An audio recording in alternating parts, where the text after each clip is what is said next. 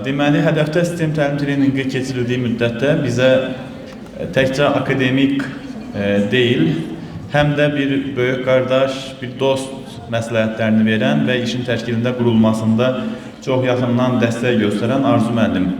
Arzu müəllimə mən çox təşəkkür edirəm. Bizə bu şəraiti yaratdığına görə, bu dəstəyinə görə, peşəkarlığına görə. Arzu müəllim Azərbaycan Dövlət Pedaqoji Universiteti Fizika Fakültəsinin dekanı, həm də Azərbaycan Dövlət Pedaqoji Universiteti Sistem Mərkəzinin rəhbəridir, dosentdir. Arzu müəllim bugün bizimlə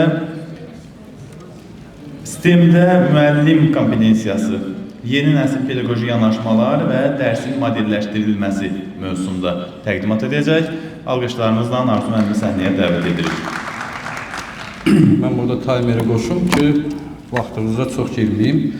Hörmətli Şamil müəllim, hörmətli qonaqlar, sizi Azərbaycan Dövlət Pedaqoji Universitetində salamlamaqdan şərəf duyuram, məmnunluq hissi keçirirəm və sistemlə bağlı mən artıq hədəfdə sistem 6, hədəfdə sistem 7 və hədəfdə sistem 8-də məruzəsi qismində çıxış edirəm. Və bugün sizə mənə təklif olunan mövzu belə idi. Sistemdə müəllim kompetensiyası, yeni nəsil pedaqoji yanaşmalar və dərsin modelləşdirilməsi. Bilirsiniz, 21-ci əsrin təhsil sistemi əsasən təkcə biliklərin ötürülməsi ilə kifayətlənə bilməz. Bu bir faktdır. Qloballaşma, texnologiyanın sürətli inkişafı, əmək bazarının dəyişən tələbləri, qeyri-müəyyən gələcək şəraiti təhsildən fərqli nəticələr tələb edir. Və müasir təhsil sistemi bu sürətlə dəyişən həm sosial, həm texnoloji, həm də elmi reallıqlarla uyğunlaşmaq zərurətindədir. Müasir cəmiyyət artıq faktları əzbərləyən yox, problemi analiz edən, sistemli düşünən, məsuliyyətli qərarlar verən fərdlərə ehtiyac duyur. Ona görə də artıq məktəbin əsas vəzifəsi yalnız bilik ötürmək deyil, düşünən, analiz edən, problem həll edən və qərar vermək məsuliyyətini öz üzərinə götürə bilən fərdlərə ehtiyac var və bunu yetişdirmək məktəbin məqsədi. Bu kontekstdə STEM yanaşması müasir təhsilin əsas istiqamətlərindən biri kimi ön planda durur və STEM yalnız fənlərin inteqrasiyası və ya texnoloji avadanlıqların tətbiqi kimi başa düşülməsi doğru deyil. Bu, onun mahiyyətinə ciddi şəkildə daraldır və metodoloji baxımdan ciddi yanlışlığa gətirib çıxarır. STEM hər şeydən əvvəl təfəkkür modelidir və bu modelin daşıyıcısı isə birbaşa müəllimdir. Buna görə də STEM təhsilində əsas diqqət texniki təminata deyil, müəllim kompetensiyalarının transformasiyasını yönəldilməlidir və STEM düşüncə mədəniyyətinin və pedaqoji fəlsəfənin dəyişməsinə gətirib çıxartmalıdır. Bu dəyişmənin mərkəzində isə müəllim dayanır. STEM təhsilinin uğuru birbaşa müəllimin kompetensiyası, pedaqoji mövqeyi və dərsi modelləşdirmə bacarığı ilə bağlıdır. Sokrat gəncləri başdan çıxardır, Sokrat gəncləri yoldan döndərir, Sokrat gənclərə düzgün istiqamət vermir kimi bir ittihamla günahlandırıldı və axırda nə oldu? Sokrat zəhər içdi, öldü. Biz isə STEM dərsində bu cür yanaşsaq, ən yaxşı halda bizə nə olacaq? İrad bildirəcəklər ki, siz dərsinizdə nizam-intizam belə yaxşı deyil və sizin dərs keçmə metodunuz heç uğurlu deyil. Çünki sinifinizdə həmişə səs var, küy var, narahatçılıq var, bir narazılıq var. Bəs onda mən sizdən bir sual soruşum. Aramızda hamımız müəllimik, yəni yaxud da bu və ya digər şəkildə məktəblə, tədrislə bağlı insanlarsınız. Sual belədir. Yadınıza salın. Sinifə girən kimi ən birinci tələbiniz nədir? Uşaqlar, diqqət edin. Mənə diqqət edin, mənə qulaq asın. Bu birinci tələbdir. Amma bir düşünək.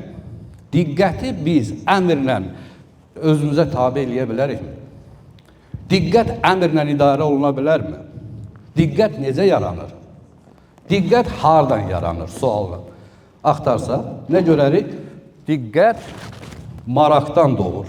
Diqqət hardan doğur? Diqqət maraqdan doğur. Deməli, dərsə başlayarkən biz nə etməliyik? Hansı şəraiti yaratmalıyıq? Uşaqların, şagirdlərin diqqətini özümüzə cəlb etməliyik. Doğrudurmu? Bəs bunu necə edək? STEM yanaşması bu işdə bizə xeyli kömək edir.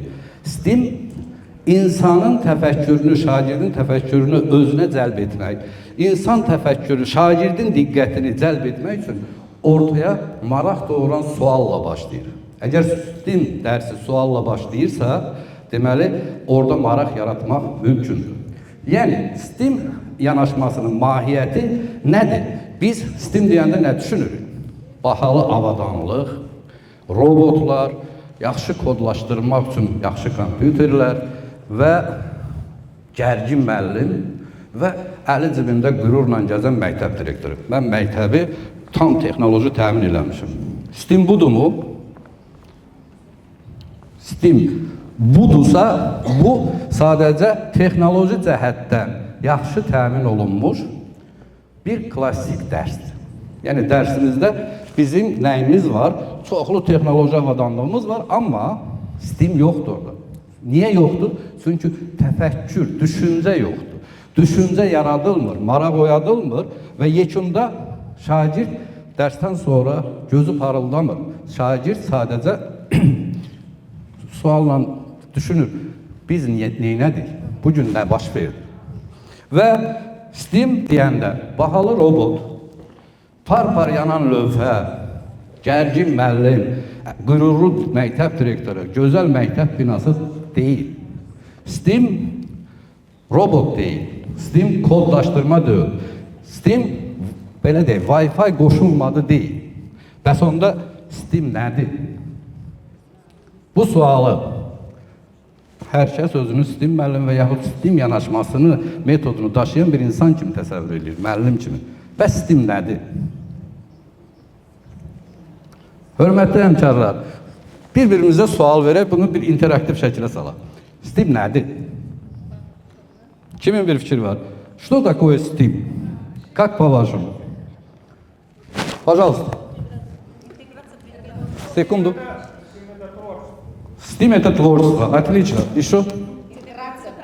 Интеграция. Если мы воспринимаем STEM образование как интеграция и технологически обеспеченная такая-то структура, это, мне кажется, что не очень правильно. STEM это... Ой, я перешел на русский. STEM это образ, мышления. STEM это подход такой вот мыслительный. Правильно я говорю? Спасибо. Значит, если на уроке нету вопроса, как бы он ни... Sorry.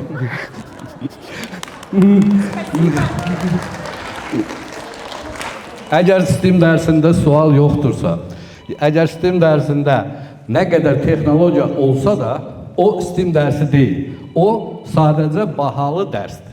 Bahalı, texnoloji cəhətdən təmin olunmuş, bahalı dərsdir. Və bu dərsi biz STEM kimi hesab etmirik. Bəs STEM deyəndə nə başa düşürük?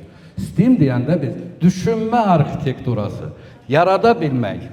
Yəni bu düşünməni yaradıb, ortaya çıxardıb, şagirdi bu düşünmədən sonra mən nəyə nail oldum və mən nə qazandım deyərək ortada dərsdən sonra özünü rahat hiss eləməsini təmin eləməkdir. STEM dərsləri problemi qoymaq, onu parsalamaq, onun nəticəsini təmin etməkdir. Bəs STEM yanaşması ilə bağlı hansı miflər var? Miflər nədir? Birinci, STEM yalnız güclü şagirdlər üçündür. Bunu belə düşünürük hamı. Xeyr, belə deyil. STEM həm də tənbəl, deyək, dərsə o qədər ciddi yanaşmayan şagirdləri də oyatmaq imkanına malikdir. STEM dərsləri xaotik və nəzarətsiz. Xeyr, əgər dərs sükutla keçirsə, tam nəzarətdədirsə, bu STEM dərsi deyil. STEM dərsində xaos olmalıdır, idarə olunan xaos olmalıdır. İdarə olunan xaos olmalıdır ki, bu dərs maraqlı keçsin. STEM dərsi bahalı avadanlıqlardır. Düşünürlər, fikirləşirlər. Xeyr, STEM dərsini o bahalı avadanlıq olmadan belə keçmək mümkündür. Və STEM müəllimi hər suala cavab verməlidir kimi bir öhdəliyi yoxdur. Yəni STEM müəllimi bilik anbarı deyil. STEM müəllimi yolu göstərə bilən müəllimdir. Bu məsələni həll etmək üçün yol göstərən putevoditel belə deyil. Правильно? Спасибо. Deməli, bəs müəllimin rolu transformasiya olanda nə olur? Ənənəvi müəllim, klassik dərs keçən müəllim nə edir? Bilik mənbəyidir, özü hər şeyə nəzarət edir və əsas qərar verici odur. Şagird isə ənənəvi dərslərdə qəbul edəndir. Ancaq informasiyanı qəbul edir, bu düstur necə oldu, nətər oldu, cavab nədir və s. Bəs STEM müəllimi kimdir? STEM müəllimi dərsin gedişində sərbəstliyə imkan verir. Cavabları əvvəlcədən təqdim eləmir və şagirdin müstəqil düşüncəsinə şərait yaradan müəllimdir. Bəs müəllim bu zaman nə hiss edir? Müəllimin daxili bariyerləri nədir? Mən nəzarəti itirərəm, dərs nəzarətdən çıxar, birdən sualın cavabını bilmədim və yaxud dərsində səs-küy olar. Və bu səs-küy olan zaman nə olur? Məktəbin zavuçu, direktoru gəlir, sənin dərsində səs-küy var və s. müəllimə irad bildirir. Amma STEM dərsi belə olmalı deyil. Yəni STEM dərsində mütləq şəkildə bir idarə olunan səs-küy, xaos mümkündür. Deməli, bu müəllimin daxili bariyerləri də əgər ortadan qalxsa, müəllim artıq yaxşı STEM müəllimi ola bilər. Və bu zaman klassik ənənəvi dərs keçən müəllim və STEM müəlliminin yetişdirdiyi şagirdlər biri icraçı olur, nə deyirlərsə onu eləyir, digəri isə düşünən olur. Bu şagird deməli yekunda nə qazanır? İcraçı şagird müəllimdən gözləyir hər şeyi. İcraçı şagird standart alqoritmləri təkrarlayır. Bu düsturu yerinə qoyub bunu eləsəm, bu belə nəticə alınacaq kimi düşünür və səhvdən qorxur. Səhv etməkdən çəkinir. Qərar vermək məsuliyyətini həmişə müəllimin üstünə buraxır. Bu icraçı şagirddir. Və bunun sonu nə olacaq? Deyim. Sonda o şagird imtahana qədər, yəni ola bilsin uğurlu imtahan verəcək. Amma STEM-də düşünən şagird o məsuliyyəti öz üzərinə götürə bilir. Məsələlərə və problemi müəyyən kontekstdə analiz edə bilir, özü qərar verə bilir, alternativ həll yolları təklif edir.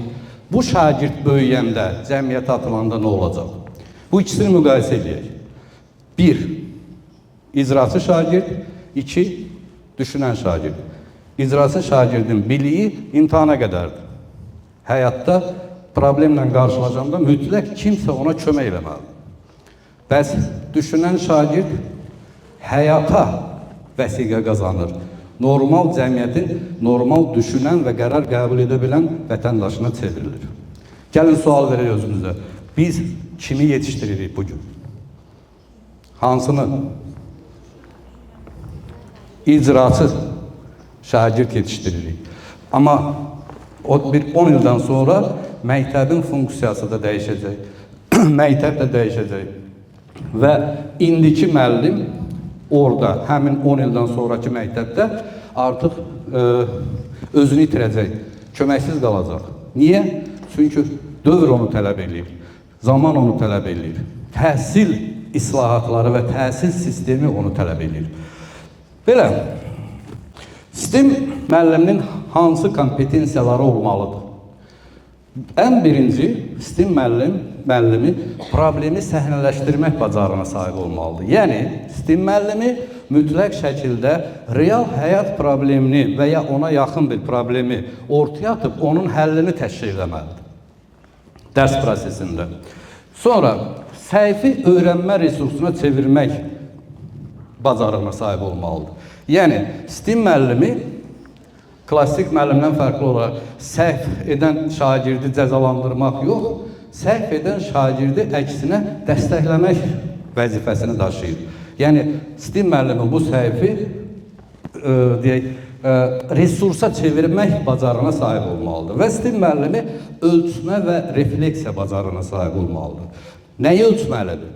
Biz klassik dərsdə şagird bir düsturu yazdı, testin 10 dənə sualdan 5-i düzdür, buna 3 veririk, məsələn 5 veririk. STEM müəllimi prosesi qiymətləndirməlidir. Prosesin özündə şagird necə davrandı, nə tərəf apardı özünü. STEM dərsi klassik izah prosesi deyil, modelləşdirilmiş öyrənmə mühitidir. Və burada biz nəyə diqqət eləmək? Real problem qoyulub, məhdud resurslarla nəticənin alınmasına çalışmalıyıq. Yəni, dərs mini laboratoriya şəraitinə çevrilməsi məqsədə uyğundur. Model dərsin anatomiyası. Biraz biologiyanızda da bura qatmaq istədim. Deməli, model dərsdə problem qoyulur, araşdırma aparılır, təcrübələr yerinə yetirilir və yekunda qərar verilir, nəticə alınır. Bax, bu model dərs olaraq bu şəkildə istənilən dərsə tətbiq oluna bilər. Bu, həm humanitar, həm dəqiq elmlər üçün keçərlidir. Bəs, müəllimin rolu dəyişəndə dərsin strukturu və təsiri necə dəyişər? Bu suala bir neçə ssenari əsasında cavab verməyə çalışacağım. 1. Müəllimin rolu dəyişir, dərsin məntiqi də dəyişir. Birinci, ənənəvi rolda müəllimin rolu izah edən roldur. Yəni, mən nəyi izah edim sualına cavab verməlidir. Və dərs necə keçir? Mövzu elan olunur, izah edilir, nümunə göstərilir, tapşırıq verilir və bitdi. Bəs STEM dərsində yeni rolda müəllimin rolu transformasiya olsa nə olacaq? Əsas sualı nə olacaq? Şagird nəyi kəşf etməlidir? Nəyi öyrənməlidir? Və onda problemli situasiya yaradılır, fərziyyələr irəli sürülür, təcrübə və axtarış edir, qərar verilir və refleksiya yaradılır. Bu bir senari. Digər bir senari, rol dəyişir, dərsin strukturu da dəyişir. Ənənəvi dərsdə başlanğıc mövzu ilə başlayır, sonra prosesin mərkəzində müəllim durur, şagirdin rolu dinləyicidir, qulaq asır, müəllim danışır, şagird qulaq asır və tapşırıq nədir? Hamıya eyni tapşırıq verilir. Yekunda da sonluq nədir? Cavab alındı və o cavaba görə qiymətləndirilir. Bu 10 dənə düz elədi, bu 5 dənə, bu 3 dənə, bu 2 dənə. Bəs yeni rolda problem qoyulur, proses təşkil olunur, şagird, müəllim prosesin içindədir, amma mərkəzində deyil. Şagird rolu dəyişir, tədqiqatçı olur dinləyicidən və səhvlər qüsur, günah kimi sayılmır. Səhv edən şagird onu resursa çevirməyə müəllimin vasitəsilə kömək olur.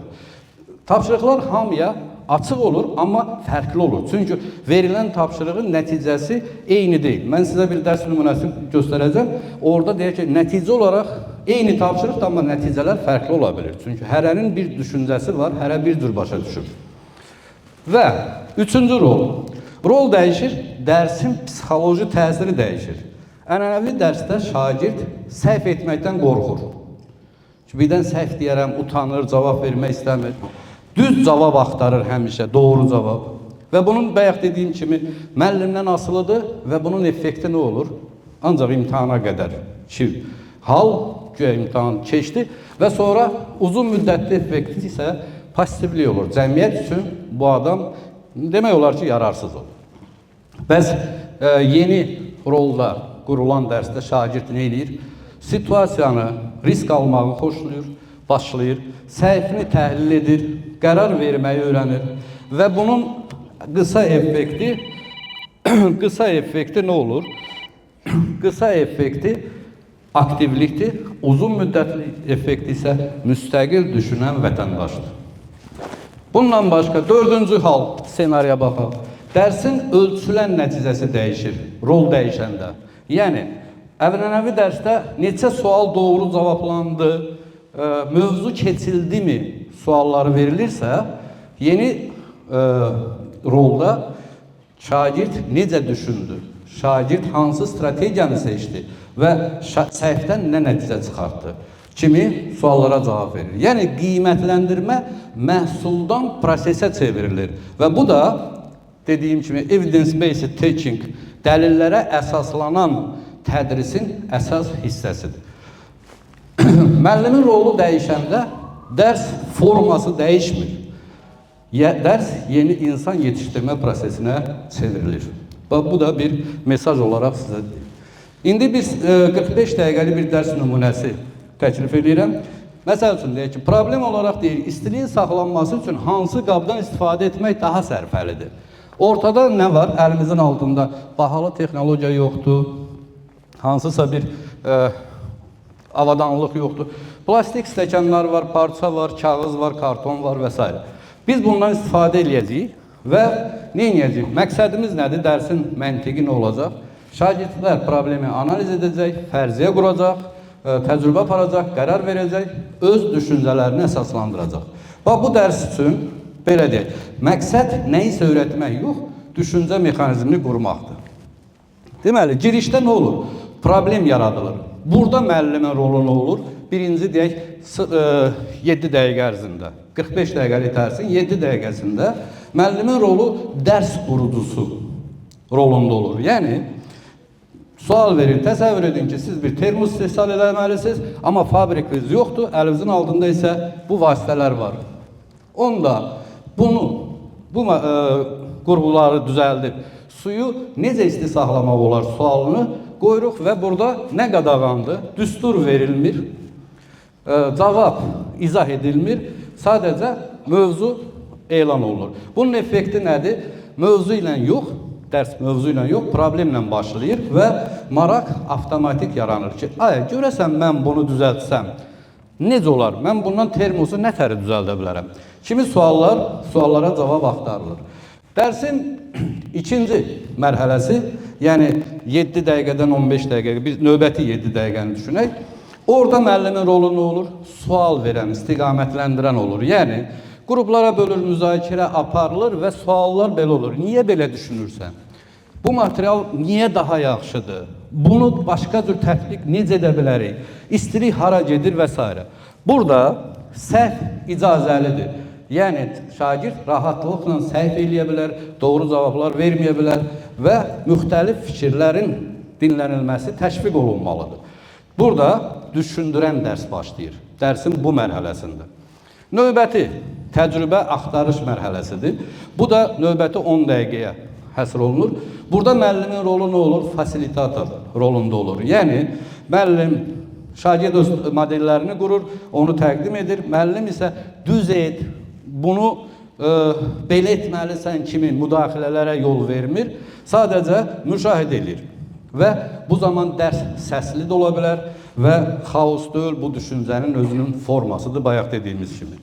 Növbəti nəticələrin təhlilidir, növbəti 10 dəqiqə.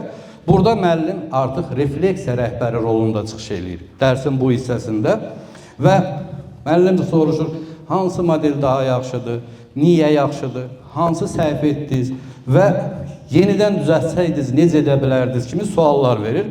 Burada qiymətləndirmə düzgün cavaba görə yox, öz düşünülmüş izaha görə verilir. Yəni, cavab yox, düşünməyə görə qiymət verilir. Növbəti mərhələ biliyin verilməsidir. Yəni, biz düz başa düşün, yəni mən demək istəmədim ki, müəllim heç bir nəzəri filan sualları izah etməməlidir. Bu belə deyil. Biliyin verilməsi mərhələsində artıq növbəti 10 dəqiqə, 5 dəqiqə ərzində müəllim o etdiklərini izah edərək artıq istilik ötürülməsi, konveksiya, izolyasiya və s. məsələləri izah edir. Burada yazılan düstur artıq qəbul olunandır.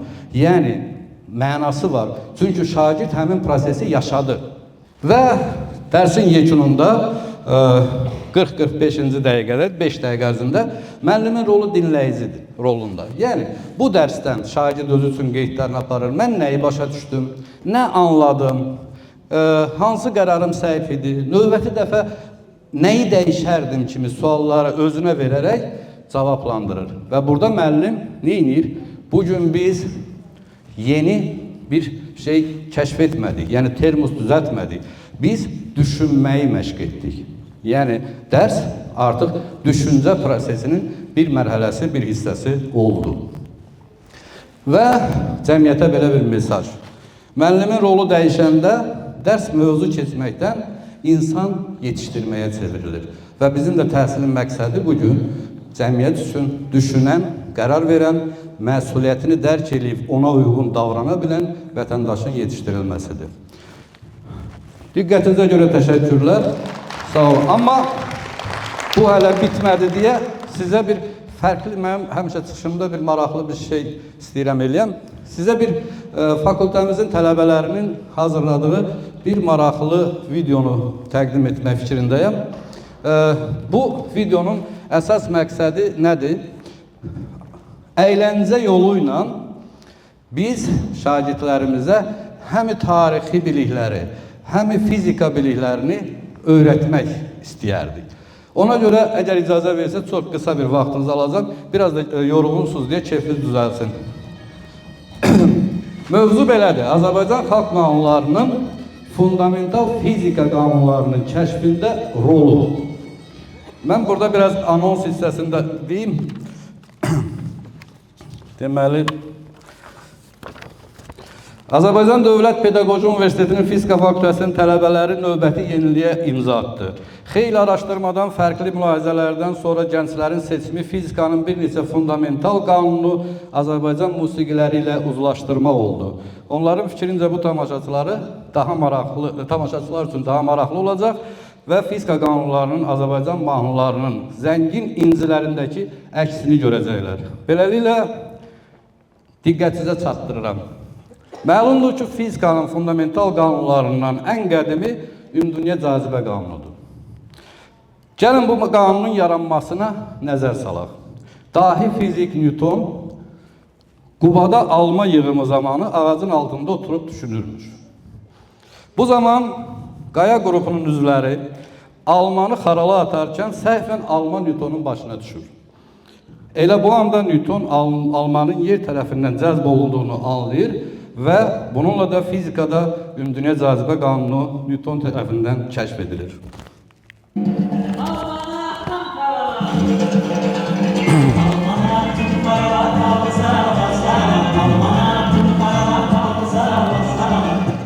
Gəlin biraz da qədimlərə gedək. Bilirik ki, şahın əmrini yerinə yetirə bilməyən Arximed bu haqda xeyli fikirləşir, nə edəcəyini bilmir. Elə bu zaman televiziya qarşısında oturarkən O olmasın, bu olsun filminə baxan Arximed oradakı musiqidən ilham alaraq bu problemin hamamda həll oluna biləcəyini düşünür və hamama üz tutur.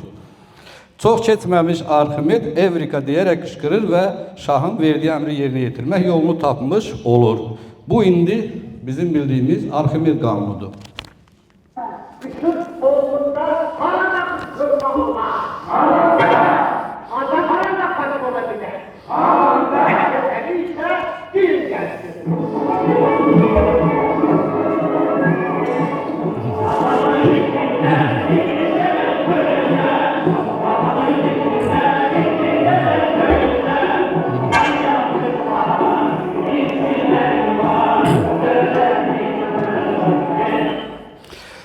Yəqin çoxları bilmir ki, Qalley 1647-ci ildə Azərbaycana gəlmiş və Qarabağ xanlarına səfər etmişdir.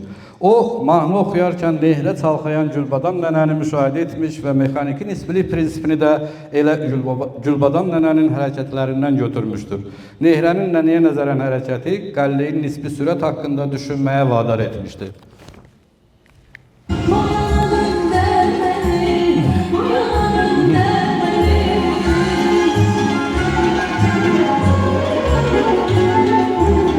Fizika inkişaf etdikcə alimlər müxtəlif məclislərdə enerjinin nə olması, hansı növlərinin olmasını araşdırırlar. Enerji gözlə görünmədiyindən onlar onu gözlə görünə bilən nəyəsə bənzətmə fikrinə düşürlər. Amma bir yol tapa bilmirlər. Bu zaman çöldən musiqi səsi gəlir. Və bu musiqi ilə termodinamikanın 3 qanununun izah oluna bilməsi müəyyən olunur.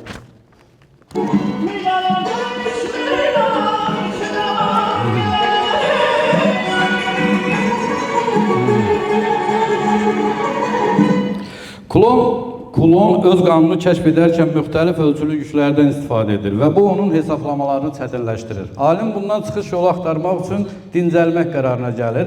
Qulaqçığı qulağına taxıb mahnıya qulaq asır və bu mahnı ona eyni ölçülü yüklərdən istifadə etmə ideyasını verir. Gezen güzeller, oyna bozarlar, süzer güzeller, ikisi boyda.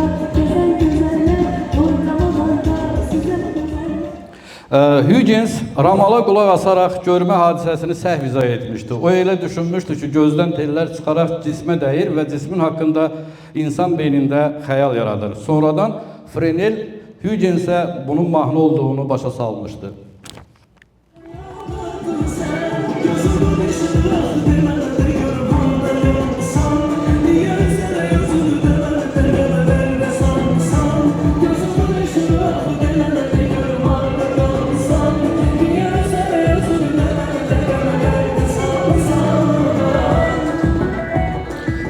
Yəqin hamınız bilirsiniz ki, Bor atom modelini Azərbaycan xalq musiqisinə qulaq asdıqdan sonra kəşf etmişdir. Atom modeli haqqında düşünən Bor, atom sisteminin dayanıqlı olması üçün yüklü zərrəciklərin atom daxilində hansı vəziyyətdə ola biləcəyini araşdırır. Bu zaman FM radiosundan gələn musiqi səsi Borun elektronun atom ətrafında dolanaraq sistem təşkil etməsi fikrini təsdiqləyir. Bəs görək hansı mahnı idi bu?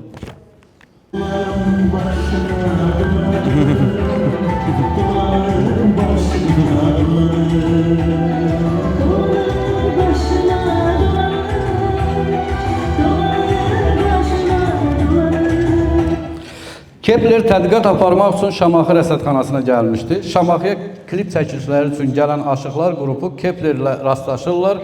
Keplerin ayın hərəkətini tədqiq etdiyini öyrənən qrup üzvləri alimin şərəfinə növbəti musiqini yazır.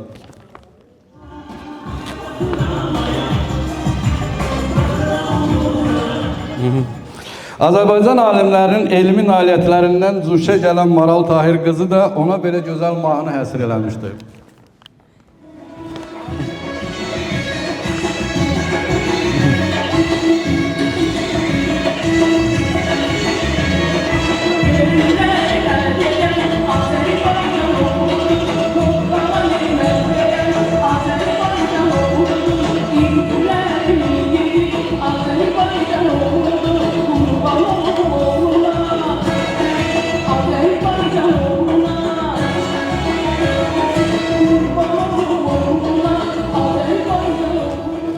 Deməli, bu alimlər kimi başqa fiziklərdə, məşhur Nobel mükafatı laureatı alan fiziklərdə bizim tələbələrə müraciət edərək yeni kəşf etdikləri qanunların musiqili interpretasiyasının hazırlanmasını tələbələrimizdən xahiş etmişdi və öz fikirlərini bu mahnı ilə demişdilər.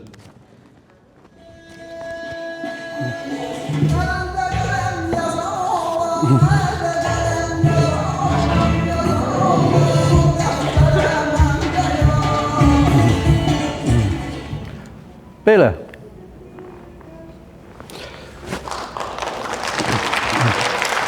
Çox sağ olun. Kimin sualı varsa buyurun, eşidirəm. Sual yoxdur? Buyurun. Давайте Rusça da English. Ha, Osmanlı. Oxu. Sən oxu. Sual belə, siz oxuyun. Mən Daşkənd Dövlət Hüquq Universitetindən sistem modelini hüquq təhsilində istifadə etmək mümkündürmü? Bunu soruşmaq istəyir. Yəni, hüquqi yaz sahəsində... Çox gözəl sualdır. Хотите на русском я отвечу? Конечно, постараюсь. Извините за мой ломаный русский, поэтому я постараюсь как-то там ответить. Значит, система образования, система подход применима ко всем предметам, и гуманитарным, и точным наукам. Допустим, есть хороший такой метод, творческий метод драма. Вы на этих уроках юридических, на занятиях, вы можете использовать какую-то определенную ситуацию там, из опыта юридических там, разных стран, применив его в качестве какого-то там в виде спектакля, в виде представления. Это во-первых. Во-вторых, можно, я не знаком юридическим термином, поэтому вы можете его использовать во время своих уроков какую-то часть своего урока посвящает допустим, к изучению конкретного юридического термина или юридического подхода, юридической ситуации и так далее. То есть STEM подход применим ко всем урокам, ко всем предметам, и она даже помогает быть очень оживленным этим уроком. То есть помогает сделать, что на уроке ваши студенты не спали, не играли телефоном, а заинтересовались, вошли в процесс и сами разобрали данную ситуацию. Допустим, мы в прошлом году в нашем университете, в историческом факультете преподавали STEM урок. Представляете, я сам даже вначале думал, что как они будут к этому относиться. Но они сделали, студенты сами, нашли такие подходы, который им помог в изучении данного конкретного исторического события, исторического ситуации и так далее. То есть все зависит от самого учителя. Если человек, педагог, заинтересован в преподавании хорошего урока, то есть обучению студента, то с тем везде помогает и везде спасет. Я не знаю, смог ответить или нет. Да. Потом, есть еще вопрос? Pожалуйста. Buyurun. Ben de böyledir həmişə. Bana o prezidentinin bahsettiğiniz çok anlamlı. Buyurun. Bir tane sorum var idi. Buyurun. Bu sorumuz ki, STEM derslerinin kurikulum derslerine fərqləri, əsas fərqləri. Bir də ki, tutalım ki, bütün bu proseslərin gedişatında şagird hər hansı bir nəticəyə gələ bilər, bu düsturda kəşf edə bilər və bu kəşf edildiyi bu nəticənin düsturu bu elmin necə belə deyək ki, əsaslandırmaq olar və bir nəticəyə gəlmək olur. Çox sağ olun. Çox sağ olun suala görə. Deyim birinci, kurikulum təhsil standartıdır. Tədris üçün lazım olan sənədlər toplusudur. STEM metoddur, yanaşmadır. Yəni burada deyilən, kurikulumda qeyd olunan, öyrətməli olduğun şeyləri necə öyrətməyin yoludur. Ona görə də kurikulumla STEM-i müqayisə eləmək biraz da korrekt olmaz, mən düşünürəm. Sadəcə kurikulum bir şəkildə dövlətin, məktəbin qarşısında qoyduğu tələblərin toplusu, sənədlərin toplusudur və bu məsələdə biz o qaydalara, qanunlara tabiyik. Amma bunların orada qeyd olunan məsələlərin öyrədilməsi üçün mütləq şəkildə hansı metod, yol, yanaşmadan istifadə etmək artıq müəllimin özünə qalır və müəllim bu yolların hansından necə istifadə edəcəyini özü müəyyənləşdirməlidir. Bu birinci ilə bağlı. İkinci sualınızı, yəni açığı deyim, STEM metodu bayaq dediyim kimi hər yerdə tətbiq oluna bilər. İkinci sualı unuttum sadəcə. Yox, sadəcə uşaq deyir, nəzər nəticəyə necə gəlir? Hə, düstur mümkündür. Baxın, çox qəribə bir şeylər olur. Bəzən tələbələr, şagirdlər bu STEM-lə məşğul olarkən özləri çox maraqlı bir ideyalara gəlirlər və bəzən də o bizim bildiyimiz və çox inandığımız fundamental qanunlar var. Onu belə şübhə altına almaq yerinə qədərdir. Yəni STEM sadəcə düşünməni tənzimləyən, təfəkkürü formalaşdıran bir yanaşmadır. Düzdür, sonradan onun nəzəri hissəsini izah edəndən sonra şagird anlayır ki, ya tələbəmiz anlayır ki, hə, burada hansısa bir səhifə yol verir.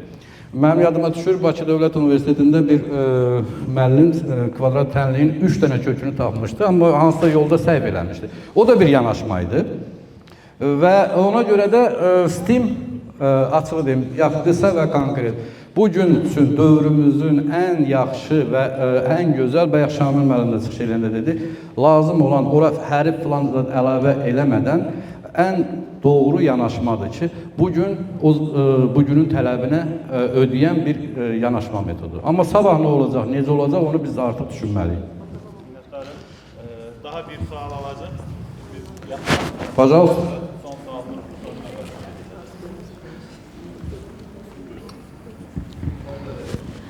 Я хотела сказать, здравствуйте, меня зовут Нурбуля, я Очень приятно. являюсь учителем как в госшколе, так и в частной школе. У меня вот, я с этим подходом познакомилась совсем недавно, да, благодаря нашим академическим и научным деятелям. У меня вопрос такой, а возможно ли коллаборация традиционных методов и STEM-методов, или это в основе как бы аннулирует саму методику? И второй вопрос. Насколько я поняла, STEM-методика подразумевает, что мы являемся фасилитаторами, наблюдателями. И не понизит ли уровень академического образования школьников? Спасибо. Вы помните, я вначале рассказал притчу про Сократа. Вот Сократ 2500 лет тому назад применял вот такую радикальную педагогику. Мы его сейчас ничего нового не делаем, мы просто его чуть-чуть преобразовали и перевели его к STEM-образованию. То есть сейчас в данный момент, когда мы применяем STEM-подход, никто не говорит, что мы должны полностью разрушить старое и построим сейчас новое. Это в корне неправильно. То есть мы на основе старого подхода строим новое. То есть через 10 лет школа не будет такая, как сейчас. И 10 лет тому назад школа не была так, как сегодня. Она развивается, технологически развивается, уровень мышления развивается у студентов, учеников. И мы должны, как педагоги, быть впереди этого процесса, а не бегать за ними. Поэтому вот сейчас и искусственный интеллект, и робототехника, и технологические такие новшества, которые сейчас очень легко входят в класс. То есть ученик спокойно может использовать свой телефон и получать любой ответ. Давайте спросим себя, если все это есть, зачем нам тогда тот педагог, который классически подходит ко всему?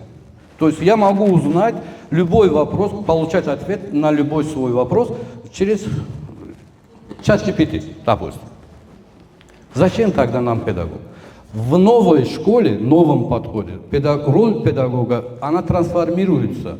Он будет путеводителем, то есть показать, как надо учиться, как надо делать, а не учить, что вот давайте выучить эту формулу, это завтра вам пригодится. В новой школе, то есть лет через 5-10, школа будет уже потребует учителя, которые мы сейчас выпускаем. От них требуется, что они должны быть путеводителями и указать дорогу, как все это нужно делать, а не учить опять так вот, там, формулу, там какую-то там исторические события и так далее. Поэтому то, что вы сказали, старые методы мы на основе как фундамент берем и на нем строим свое новое. Я смог ответить на вас? Спасибо. Все. Biz sizi çok yorduk bugün. Yok. Bir daha yine Sağ ol. teşekkür ederim. Şekil çektirebilir mi? Bəli. Bu açık bilmem çektir. Yok yok burada durmuş. Bunu tuturam. Bəli. Çekir mi? Biz ora baxırıq fotoya.